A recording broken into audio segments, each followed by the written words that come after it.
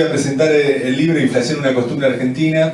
No voy a hablar en contra de los monetaristas, porque ya lo hizo Julián, así que ya estoy por avanzada. Voy a hacer primero como vendedor de trenes. Señor, acá tiene inflación, una costumbre argentina. ¿Tiene inflación en su casa? Acá está la solución. Es un libro con prólogo de Alejandro Berkovich, el periodista económico. Está hecho en Peñalillo, Ediciones Continentes. Ya me había publicado un libro, a mí me enorgullece porque es la que le publicaba los libros a Jauretche, por eso Peñalillo. Voy ahí de cajón, no lo pienso dos veces, no me importa tanto cuánto, no me importa cuánto vende, sino que es la misma. Había sacado el Manuel de Soncera, pero aparte porque lo conozco a Jorge Gurbanov, el dueño de la editorial, que imprime en gráficas recuperadas el libro, hace todo. Yo lo he visto porque nosotros del Centro de Estudios Camino Ortiz tenemos un trabajo largo, aparte yo era de Pompeya y tuve un laburo largo y conozco muchas gráficas recuperadas y sé la paciencia y el esfuerzo que ha hecho Jorge siempre para lograr que este libro se imprima en fábricas recuperadas. Es un exponente más de nuestra burguesía nacional, que en general es comunista por esas cosas, ya que estamos en el CCC, ¿no? Vamos a decirlo. Hay una larga trayectoria de la burguesía nacional comunista, tenemos una larga trayectoria de sindicatos fachos y burgueses comunistas. Las cosas en su sitio. Y bueno, y este libro es un trabajo que condensa un laburo de muchísimos años. Bueno, acá hay varios compañeros de la cátedra Jauretche con los que, una vez egresados ante la falta de formación, yo estudié economía en los 90 en la Facultad de Ciencia Económica de la UBA, no me enseñaron inflación. Me acuerdo que Fanelli, en su momento que era el profesor de macroeconomía, dijo: antes dábamos inflación, ahora no la vamos a dar más. Porque eran los 90, había una confianza muy ciega en el 1 a 1 y en la estabilidad, pero yo justo tuve la mala suerte que me recibí en 2002 y la convertibilidad se había caído un año antes, así que ya la inflación había resurgido. Y bueno, con muchos colegas hicimos un proceso de autoformación dentro de lo que después condensó como la Cátedra Nacional de Economía Arturo Jauretche, y entre otras cosas elaboramos mucho el tema inflacionario. Y después, bueno, lo seguimos trabajando cada uno por su cuenta y también en lo que es el Centro de Estudios Camino Ortiz, con distintos laburos, incluso un programa de estabilidad que también está incluido en el libro. El libro es para todo público, digamos, hace un abordaje al inicio de cómo se forman los precios de la economía, qué son los precios, qué es la inflación.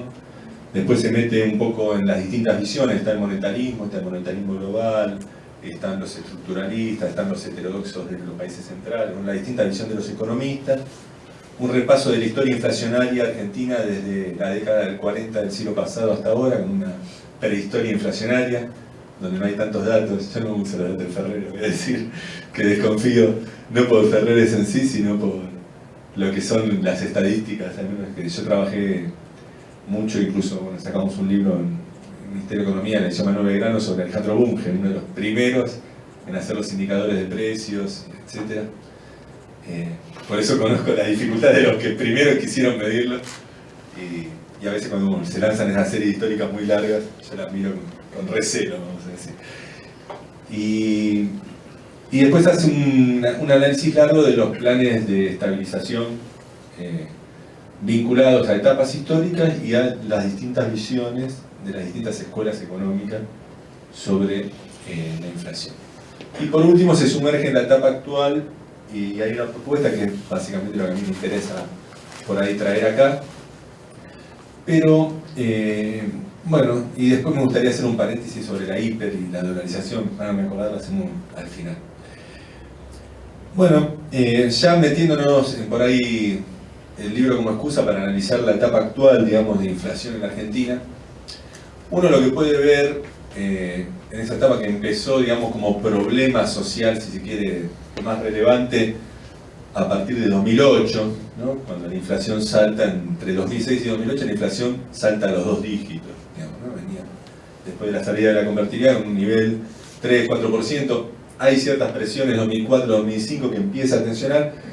Ya hacia 2006 empieza a escalar un poquito y el gobierno en ese momento, bueno, la influencia que se estaba haciendo escalar, por un lado venía una recuperación salarial después de la licuación del salario de que había sido la crisis de 2002, que esas fueron las famosas tensiones entre Moyano y Cabaña sobre habilitar o no los aumentos de salario, y Después empieza a presionar los precios internacionales, bueno, ahí se da esa propuesta de las retenciones móviles que terminó siendo el tiro por la culata. Esto hablando de que, vos decías, una medida la anuncia un gobierno, anuncia el otro, puede cambiar resultados, y también una medida podría, desde el punto de técnico, todo el mundo afirmar que bien, esto va a ser muy efectivo, y dar el resultado contrario, porque la reacción fue un lockout patronal con desabastecimiento de alimentos, ¿no? En la previa de una paritaria, que justamente cerró, una paritaria que cerró creo que cerca del 28%, cuando 2 años atrás la inflación estaba por debajo de los 2 dígitos, y ya el nivel de inflación básicamente no bajó del 20% de ahí en adelante.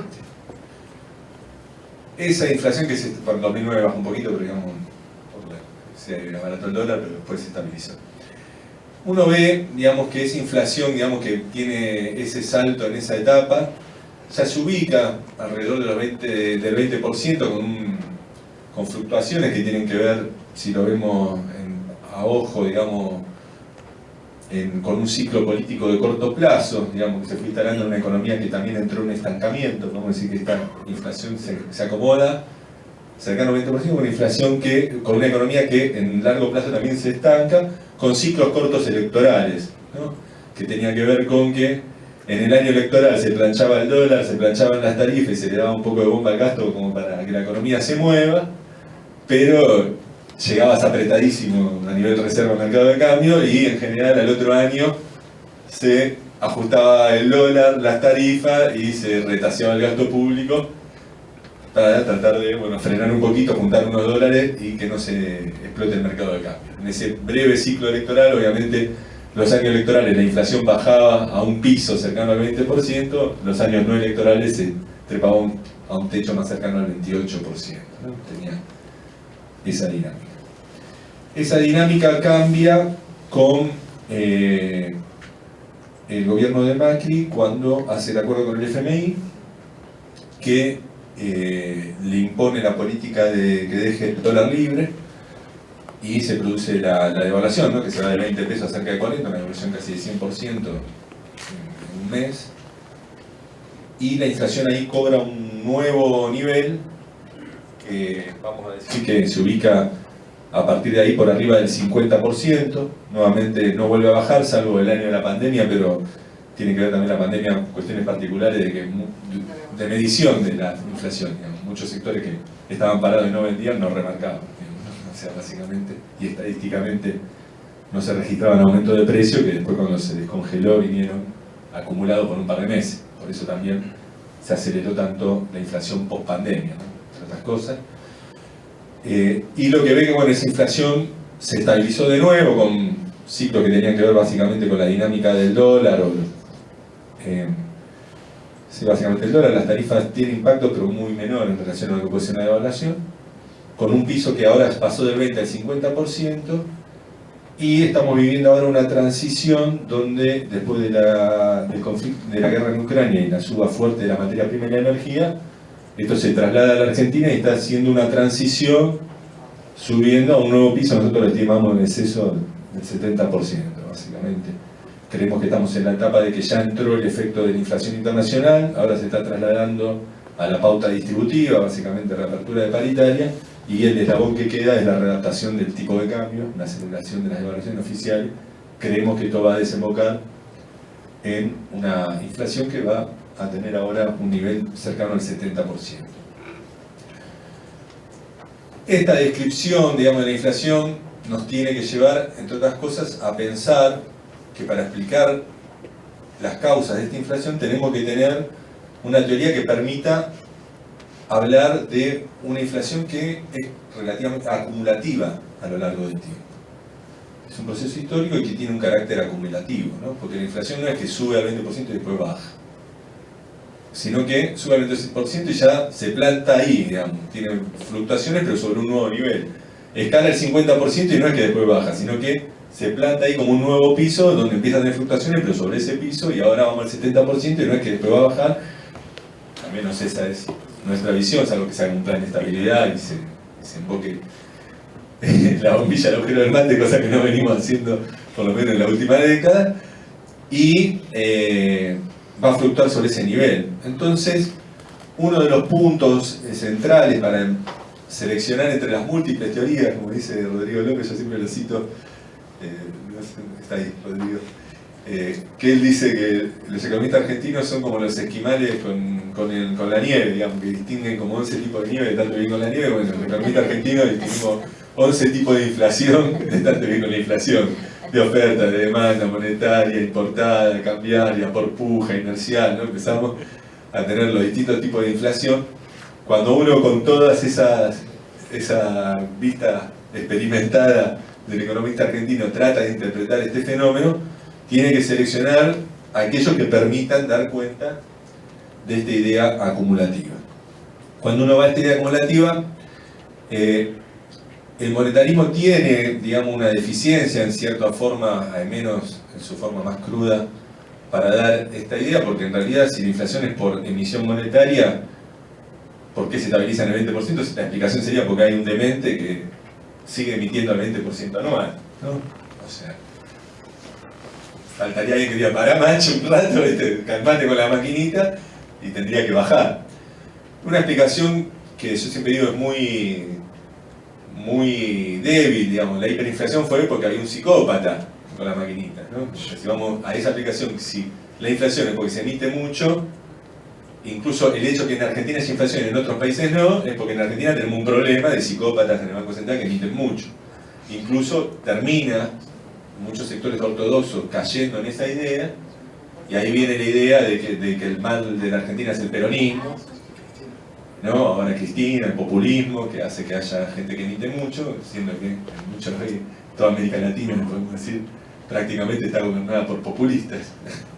Falta Brasil, que esperamos que se sume dentro de poco, y bueno, los uruguayos vamos a ver. Pero entonces no habría ahí una relación excepcional, porque digamos, gobiernos populares ha habido en muchos países del mundo, y algunos van más allá, esta tesis Lyach-Gershunov de una especie de gen argentino favorable a la igualdad, ¿no?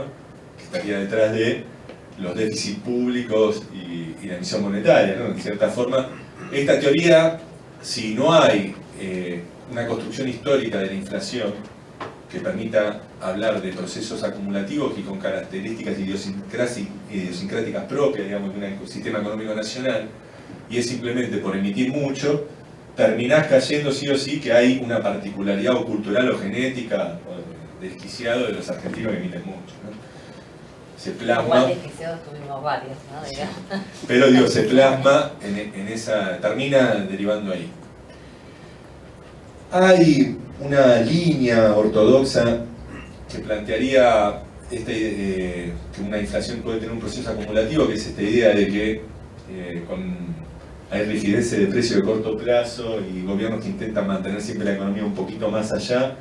Los agentes se anticipan, porque anticipan ya los niveles de emisión que va a ser la inflación y de cierta forma readaptan los contratos rápidamente. Y entonces para sostener ese nivel de actividad cada vez hay que emitir más, y eso implicaría aceleraciones. Yo creo que en cierta forma la idea de Guzmán, digamos, como ve la inflación, se refleja en esa hipótesis, lo mismo que la de Sturzenegger, en la idea de las metas, digamos, porque por eso el hincapié en que es una cuestión de expectativas que hay que alinear, entonces la importancia de anunciar una meta, o de que ahora el problema es que no es creíble las metas del FMI, porque la propia interna del Frente de Todos las debilita y no las vuelve creíbles, por esta idea de que la inflación sería un proceso de agentes que anticipan gobiernos que emiten mucho y ahora no le creen que va a emitir menos y por eso no baja, ¿no? Una cuestión que vaya a la credibilidad y una idea de alinear expectativas que vamos a ver en el planteo al menos del libro. Las expectativas son menos fantasmagóricas, ¿no? Yo digo que esas ideas son medio como planteos mágicos, ¿no? De ritual mágico o psicomágico, donde la sociedad, digamos, sale el banquero central, anuncia una meta, logra convencer a la mayoría y se comporta de acuerdo a ese objetivo, con una base monetarista detrás que dice que detrás de todo eso igual tiene que estar el fierro de emitir menos, ¿no? Como que se complementa una idea mecanicista con un trasfondo más de psicología colectiva y convencimiento respecto al cumplimiento de metas. Pero bueno, la tesis que está en el libro es diferente, plantea que incluso es diferente también a la idea de la puja distributiva, digamos, porque la puja distributiva se puede dar con distintos niveles de inflación. ¿Por qué se da el 20, el 50 o el 70%? O sea, si la puja está y existe obviamente, y la puja no es solo salario ganancias, sino son sobre todo intersectoriales, que tienen que ver con un montón de mecanismos que se van dando en una economía inflacionaria que primero, bueno, que hablamos, aumenta los precios internacionales, después aumenta el salario, después se devalúa, después vienen las presiones por el ajuste de las tarifas, la devaluación, todo eso hizo aumentar los precios, viene un nuevo reacomodamiento de salario, o sea, hay un permanente aumento de precios que no son todos homogéneos y a la vez, sino que son temporalmente, digamos, diferentes y a distintas velocidades, que es una readaptación, una carrera en una economía inflacionaria donde en el marco de todo eso hay pujas intersectoriales y distributivas, pero explicar por qué se da esa dinámica escalonada y a determinada nominalidad no alcanza tampoco con la explicación heterodoxa de la puja distributiva. Diría que tampoco alcanza con la explicación de los formadores de precios, digamos, que podría ser un eslabón de la puja distributiva, digamos, el otro lo identifican con los sindicatos, digamos, la puja salario-ganancia. Pero lo mismo, digamos, el grupo concentrado de formadores de precios hay con estabilidad, con 20%, con 50% y con 70%. Entonces, cuando uno intenta dar cuenta de este proceso inflacionario y buscar alguna explicación que satisfaga esta dinámica, todos esos procesos en cierta forma, digamos, fallan o le falta algo, ¿no?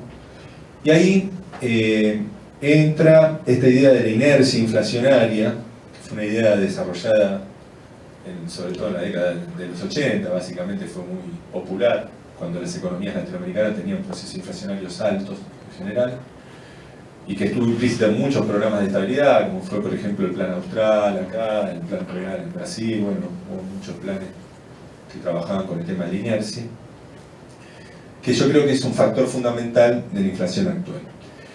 Y también esta idea de la inercia combate la idea de la inflación en la Argentina por un problema cultural, o digamos de gente que por una cuestión cultural remarca de más, o tiene expectativas y le mete por la duda, aumenta, digamos. Porque la idea de la inercia justamente habla de que la inercia inflacionaria se genera al contrario, no por comportamientos irracionales o irresponsables, sino por comportamientos racionales y responsables para tomas de decisiones económicas en una economía inflacionaria que implican un plazo largo. El ejemplo que yo doy siempre, el más simple, es un contrato de alquiler. Va a ser un contrato de alquiler, ponerle ahora por ley 10 a 3 años y se plantean ajustes anuales por un índice de locación que ajusta de acuerdo básicamente al aumento de los precios y los salarios del año anterior. Entonces, acá es donde yo digo el carácter, digamos, medio esotérico de las expectativas y la inercia en la concepción del inflation target o de Guzmán queriendo que se alineen a las metas porque se anuncian metas.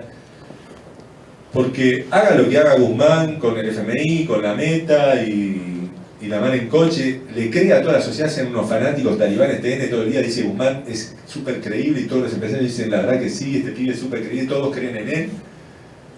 Pero el índice de locación dice que este año va a aumentar 50% los alquileres y no le importa ni Guzmán, ni sus metas, ni su expectativa, ni si le creen o no. Está plasmado en una ley, ¿se entiende? Entonces, la inercia tiene, podemos decir, cuestiones mucho más sólidas y duras que las volátiles expectativas de agentes. ¿Tá? Acá en este caso hay una ley que dice va a aumentar por el índice de locación, que ya este año va a aumentar el 50%. ¿Tá? Pase lo que pase con la expectativa, las metas y la mano en coche. Los sindicatos también, cuando se sientan a negociar una paritaria, ¿qué hacen? Miran cuánto vienen aumentando los precios, la experiencia pasada, y después ven qué onda con el gobierno. Digamos, este año ¿cómo fue? Fue, bueno, aumentaron los precios el año pasado un 50. Bueno, te pido un 40, porque te quiero mucho, y creo en tu plan, Guzmán, pero te pido una repartura de paritarias en 6 meses si no se da ese 40. ¿Tá? Claramente en la pauta inflacionaria también hay una inercia, porque no es que dijeron pedimos 0, Guzmán, porque creemos que la inflación ya la terminaste. ¿Tá? O sea, de por sí se parte de que si hubo inflación en el pasado va a seguir habiendo, ¿no? Como que pesan, son, como se dicen, expectativas adaptativas, ¿no? En la economía de las expectativas. Va pesando y pesa también la toma de decisiones de las pautas salariales, Ni que hablar en el costo de crédito si estás con un crédito indexado UVA, que obviamente se te actualiza automáticamente por la inflación pasada, pero aún si no está indexado, vos tenés incluso ahora en el acuerdo con el FMI que dice las tasas tienen que ser reales. O sea que a medida que se acelera la inflación, el Banco Central va subiendo las tasas, por lo tanto el costo financiero de hecho está indexado. Y un poquito arriba siempre de la inflación. Bueno, si a un empresario le aumenta el alquiler, el costo financiero y el costo salarial, el resto de los costos son otros empresarios. Así que, digamos que le aumenta todo, ¿no? Quedarían algunos, que después vamos a hablar, digamos, con la pauta cambiaria también, que la podemos incorporar también. Si el tipo de cambio, ahora el FMI exige que no se retrase, a medida que se acelera la inflación, hay que acelerar la pauta devaluatoria. Otro elemento que también va cobrando una indexación de hecho, digamos, o ya plasmada en un acuerdo con el FMI de derecho, ¿no? Entonces un poco la idea que está acá atrás es que cuando una economía convive un tiempo largo con una inflación elevada que se estabiliza, esta inflación ya empieza a cobrar su propia dinámica independientemente de las causas que le dieron origen, ¿tá? Ahora viene Cobos y dice mi voto es positivo y la inflación no baja, ¿tá? No es que vuelve todo al 2006. No, digamos, seguimos con la inflación actual porque una vez que cobró velocidad y fue incorporada, digamos, en distintos contratos y en distintos agentes formadores de precios, que no solo empresarios, sino también sindicatos, digamos, banqueros centrales que deciden la política cambiaria y financiera, digamos, distintos actores, ya empieza a tener esa propia inercia que le da. Y eso también explica que cada vez que pega un salto no vuelve atrás. Porque el índice de locación no vuelve atrás, porque el costo financiero no vuelve atrás, porque el valor del dólar no vuelve atrás. Entonces todo va cobrando esa dinámica inercial. Podemos tirar algunas cosas de color, digamos, que tienen que ver con dinámica de precios relativos. Las pujas distributivas en una economía con inercia inflacionaria ya no se dan en niveles, sino en tasas de variación, ¿no? Es como la segunda, la primera y segunda derivada, entonces se maneja en términos de matemática para economistas, porque si ahora vos le querés ganar a la inflación, no es que pedís un aumento de precios, sino que pedís que te aumenten a una mayor velocidad los precios, ¿tá? Si quiere el gobierno que no se le retrase el dólar, entonces va a tener que devaluar más fuerte que la inflación.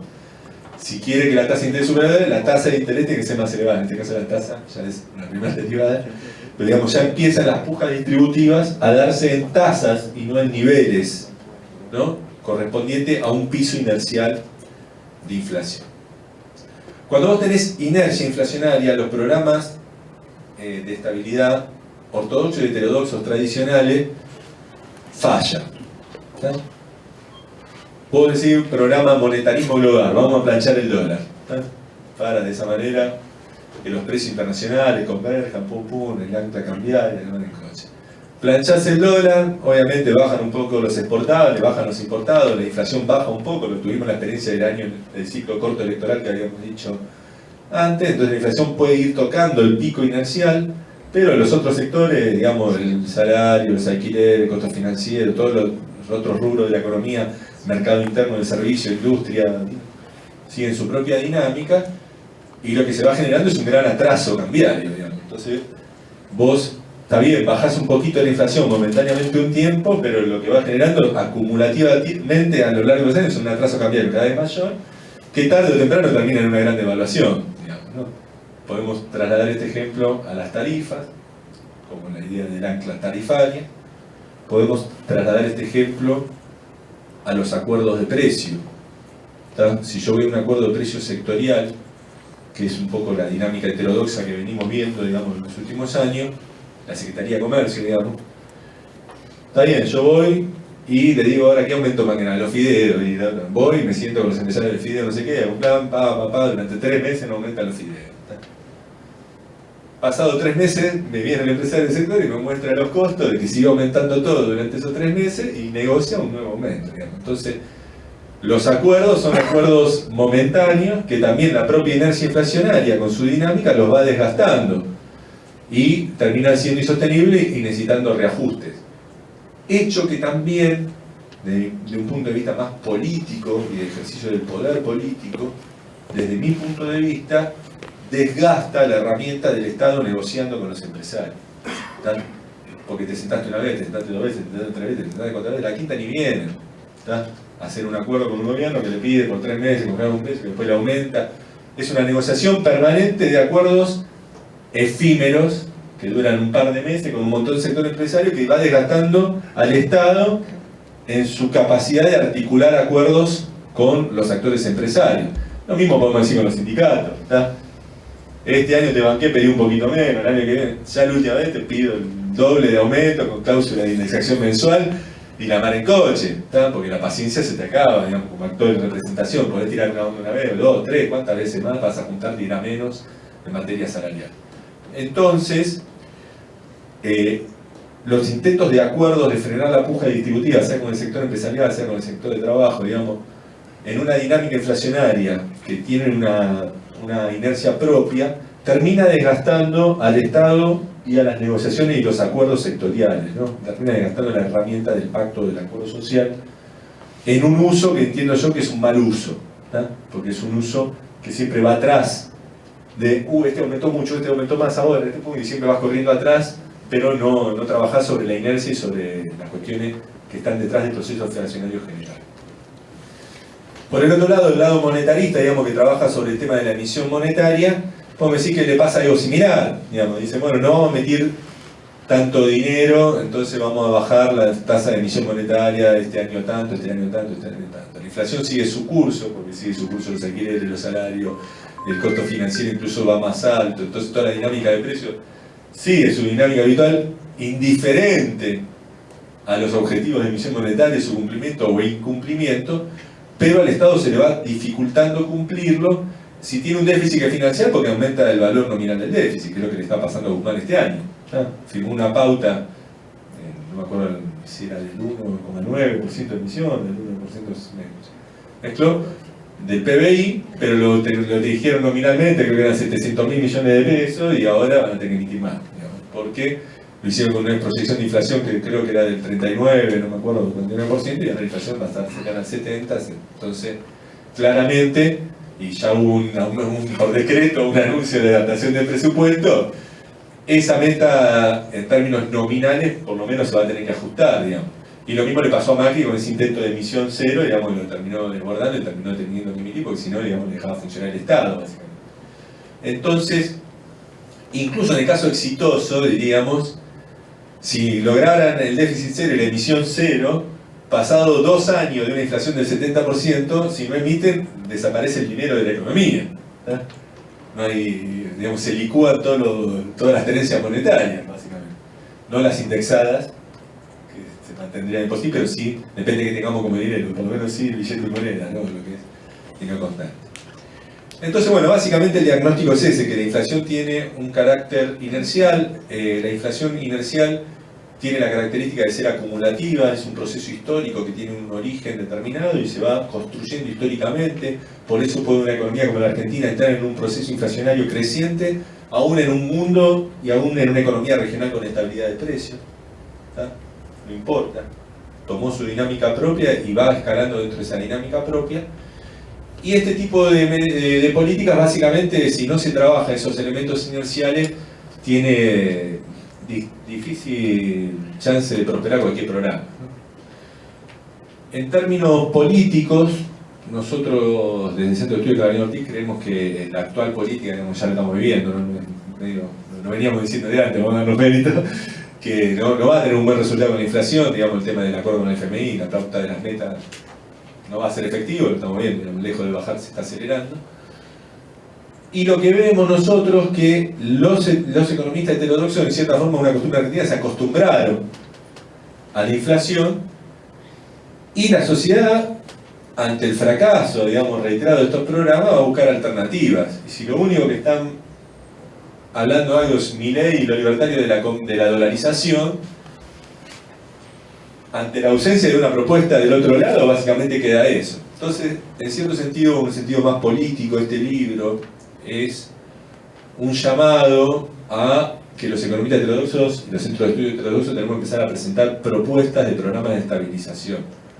Porque si nosotros no empezamos a presentar propuestas de programas de estabilización, digamos, juegan solos.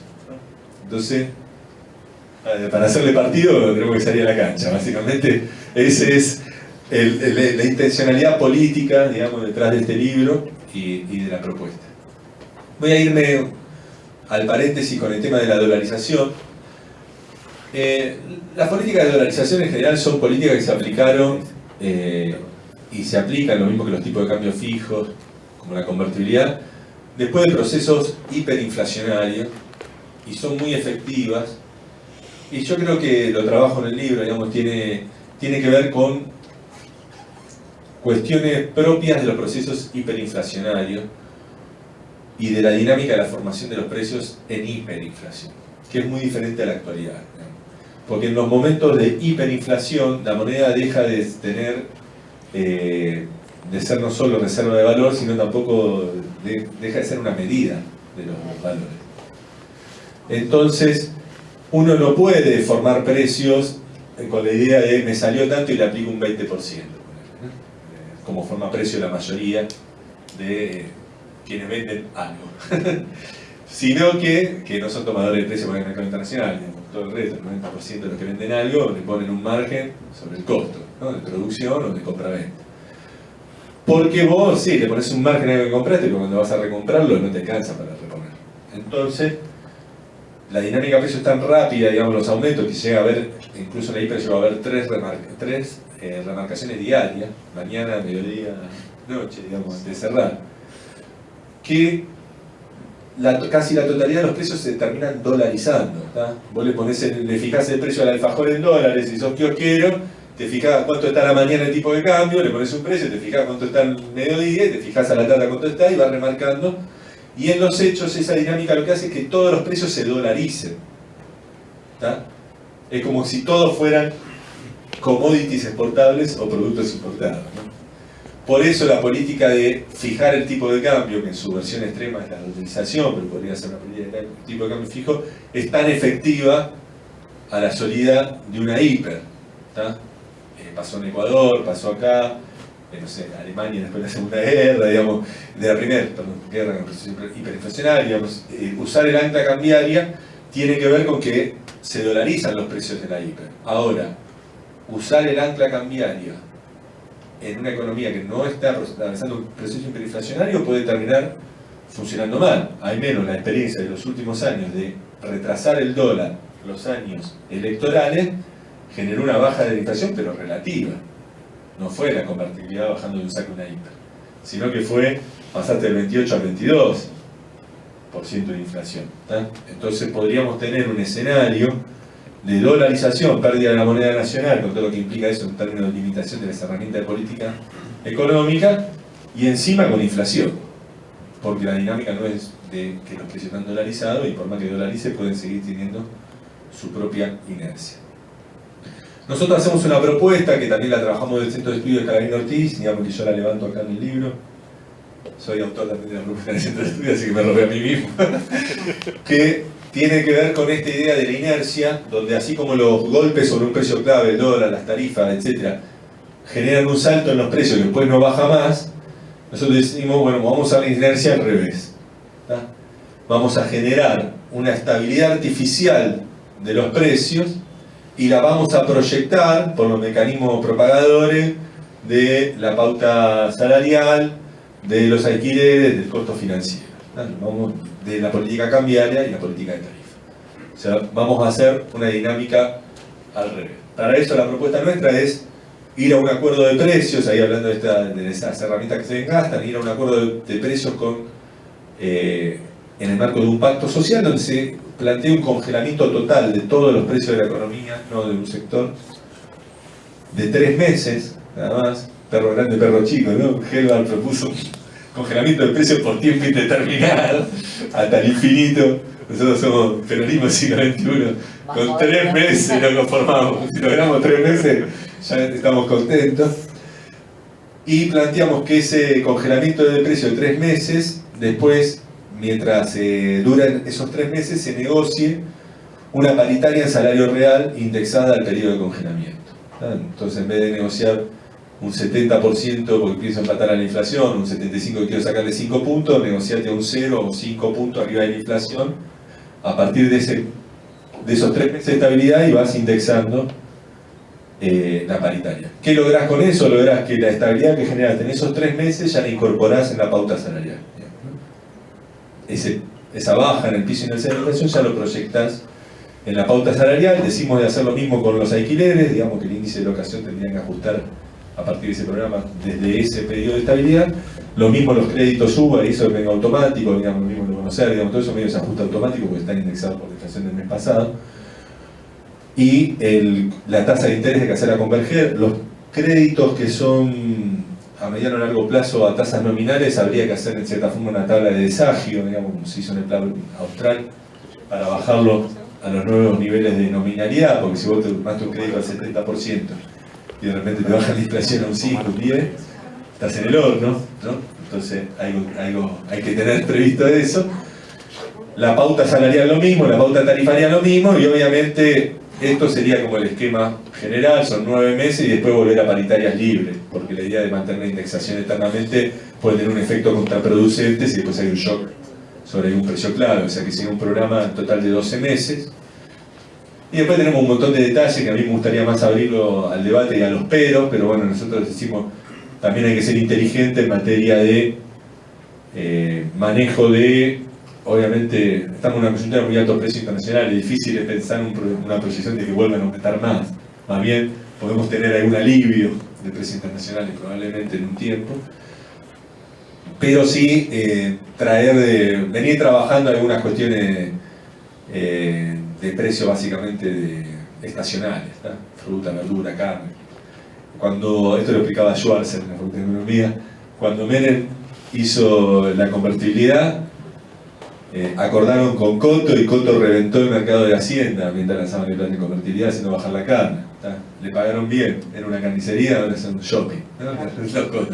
Así que, la inteligencia nos acordó y también después del congelamiento no ir a una idea de los empresarios se manejan solos, que son gente responsable, sino ponerle un secretario de comercio con un arma en la cabeza al estilo Moreno que lo llame todo el día a las 7 de la mañana para que después de 3 meses no te aumenten acumulados 4 meses, ¿no? O sea, con todas las aristas y todas las cuestiones que tienen que ver con el manejo cotidiano y práctico de praxis de la economía argentina, pero bueno, un poco la propuesta entonces en términos sintéticos, que ahí incluso está con simulaciones, resultados posibles, etcétera, ante distintos escenarios, en un apéndice para no marear a los no economistas, es generar una estabilidad de precio artificial, bajar el piso inercial y proyectarlo por los mecanismos propagadores, o sea, usar la misma dinámica que utiliza la inercia cuando salta la inflación, pero en el sentido contrario.